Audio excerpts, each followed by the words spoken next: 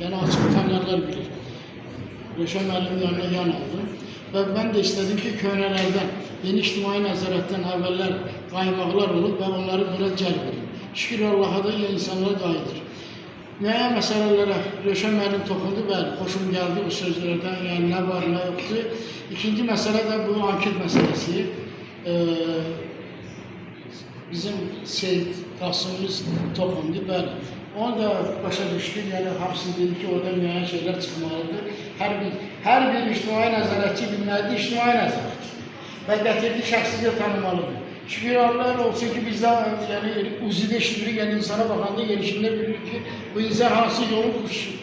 Adi, orada çıxışdan mən hiss edirəm, yalan deyil, hardan gəlir, nə kim gəlir, nəyə görədir, biz həmişə əlaqə saxlamışıq, filan kəs filan şeyə görə gəlir. Qulaq as. Çünki mənim ictimai nəzarət belə bir çıxdırmaq vurma kimi bir şey. Çünki əsayişdə işləmişəm, polisdə işləmişəm. Yalanı da gözəl bilirəm, doğrunu da gözəl bilirəm.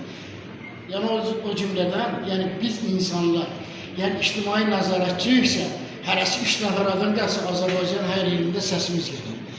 Əfsuslar olsun ki, hələ görmürəm ki, bir ictimai nəzarətçi hələ bir adam gətirsin. Var içimizdə.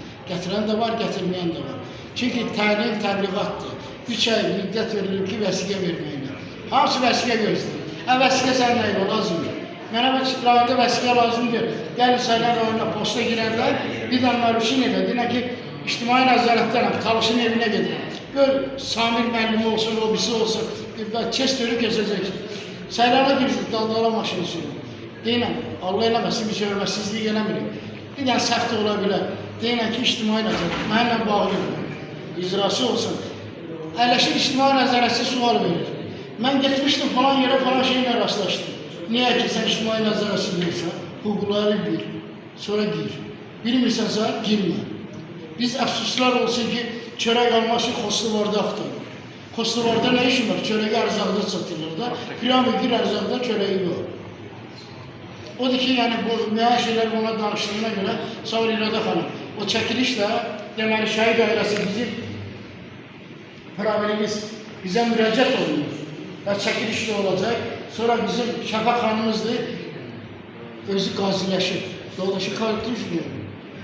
Yəni, neçə il ona, yəni belə də, yəni dəstək olub yoldaşına, başqaları kimi atmıyor ki, o da ücret xəstələnir.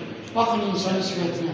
Biz də bazardığımız qədər icra hakimiyyətində nümayəndə var, şəhid ailələri, müharibə veteranlarına, qazilərə qarşı getməliyik və tələb edəcəyik. Yəni budur. Məsələn, Saylan rayonunda gedən kimi bu yanaçılı şahidi yanındadır. Baba oturub burada. Yəni açığı, getmiş sözümüz demişik. Sevindik hətam oldu. Saylanda icra başçısı olanda, sevindik hətam olanda. Dedim, qurbeçələr hamısı getsinlər, biz gözləyək. Çünki sevindik hətamı saat 6-dan sonra düşür, həyəti gəzirdik. 3 nəfər gözlədik.